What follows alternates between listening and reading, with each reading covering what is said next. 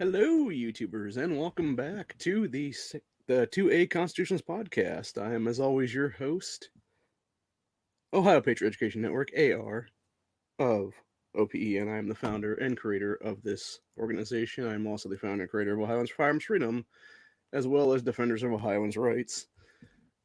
Obviously, this is something I used to do on YouTube under a couple different names and stuff like that. For the past couple of years, I had to delete a bunch of stuff, but we're back, baby. We're doing the 2A cast again, and this is probably going to be about a half hour to an hour show, give or take. We're going to discuss much topics today, anything from Second Amendment related stuff to anything else constitutional related, and various political stuff that's been going on the past week or so, up to and including the illegals that are, a bunch of Republican governors are now doing their job and busting them to leftist cities and stuff like that. And now you got people freaking out over that shit. And we're also going to talk about little bitch Tim Ryan again, is what it is, dude, because he's thankfully down in a bunch of polls now, which, polls really don't mean nothing. At the end of the day, it's basically what should happen to these people. And honestly, with what Tim Ryan said recently, he should be kicked out of the U.S. Senate race entirely. And I would say not only kicked out of the U.S. Senate race, he should be kicked out of Congress over this shit as well, dude. He should be told to fuck off, and basically, you no longer have a job, is what it is, dude. Like, get the hell out of here.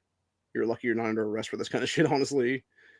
Um, but yeah, when you're threatening political violence against a bunch of people, an entire group of people, including myself, it's not okay, man. Not okay at all. But anyway, yeah. So basically, to start out today's cast, we're going to talk about some tour related news. For those that haven't heard, in the last couple of days, Dick Heller of the Heller versus DC decision of, I believe it was 2008, when he finally got the common use thing there and won in the courts there, he won again against DC a second time now this week, because apparently Washington, D.C. up to this point had some bullshit antiquated backdoor gun control in the books, to where if you're legally armed in that city, which, mind you, can get concealed carry licensing and stuff like that to be armed in the city is what it is, you could only carry 20 rounds of ammunition with you at any time. And he's like, what the hell kind of nonsense is that, dude? Like, that is totally unconstitutional.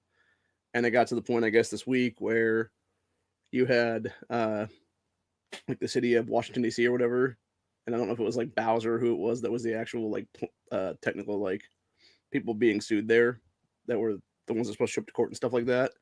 But they're basically like, yeah, you got this one, Dick. You win again, basically. And so yeah, so that 20 round rule is no longer in effect anymore, which is awesome, and that's an awesome win for Second Amendment, dude. Um, it would be nice to see something else happen when it comes to that kind of stuff, whether it be, people having the right to carry at all in um, Washington, D.C. without a license and stuff like that, dude, be open carrying and stuff like that. That'd be pretty cool. I would love to see it happen in the future, but of course, it's never going to happen, though, because it's a whole thing where it's like, the weird thing about Washington, D.C. is it's basically its own little, like, mini city, I guess is what I'd call it best. And it's the most corrupt place on, well, one of the most corrupt places on planet Earth. It's the most corrupt place in the United States, pretty much, when it comes to politics and stuff like that. Because again, it's, just swamp critters everywhere and stuff like that. It's where, our federal government resides and stuff like that. So, and of course, they keep trying to make it a 51st state because they know if they do, they could add two more leftist senators to the mix and a few leftist congressmen as well. And it's like, no, you're not going to become a 51st state because you're not meant to be a fucking thing, dude. It's just like them trying to make Puerto Rico another state and stuff like that. It's like, no, that's not going to happen, dude.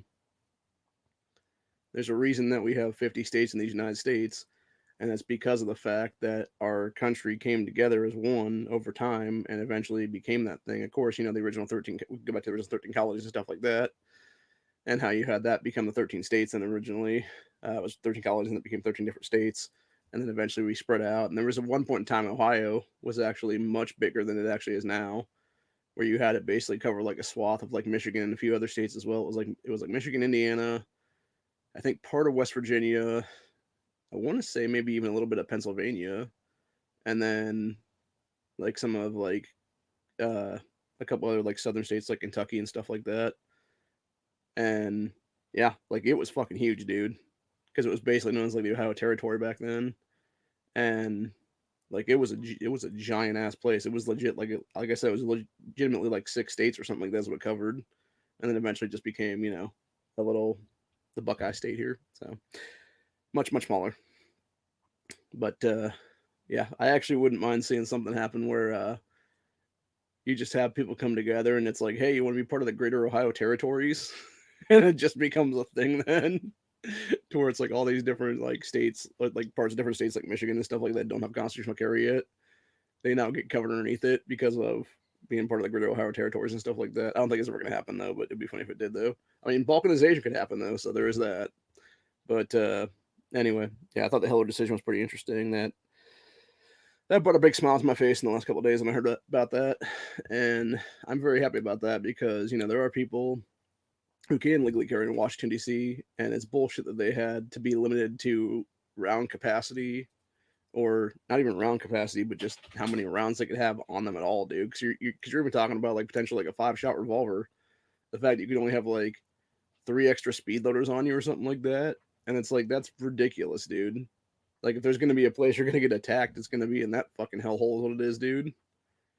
Because we've already seen that uptick in crime there from just the crazy shit that Bowser and company have done there, with her being mayor and the city council of DC and stuff like that.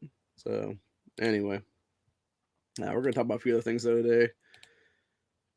Starting off with the following article. We got a bunch of different Breitbart articles we're gonna go over today here. We're gonna start off with the Tim Ryan one here though, because fuck that douchebag. So you got quote, kill mega Republicans, Tim Ryan down 4 points against J.D. Vance. Said Representative Tim Ryan, Democrat from Ohio, the sociopath running for Ohio's open U.S. Senate seat, which, by the way, that Senate seat is only open because Rob Portman, scumbag criminal, is vacating the seat at the end of the year. So, yeah, so the poll was taken before Ryan announced it on national TV, we've got to kill and confront those whom Democrats and the corrupt corporate media describe as MAGA Republicans, i.e., over 60 million Americans voted for Donald Trump, including myself, by the way. It said Ryan made those comments Tuesday at MSNBC's Willie Geist, a far-left activist who said nothing after Ryan told the world, we've got to kill and confront Trump supporters. Why did Geist not call Ryan out on it? Because leftists like Willie Geist and MSNBC Gestapo would like nothing more than to see MAGA supporters rounded up and shipped to re-education camps run by, yeah, we're not even going to, like, that's just a bunch of hit piece at this point for Nolte and stuff like that. But basically the whole point is it showed Vance being up by 4 points now over Tim Ryan, which I don't trust polls like that anyway. I think he's up by a lot more than that even. So yeah, it is what it is.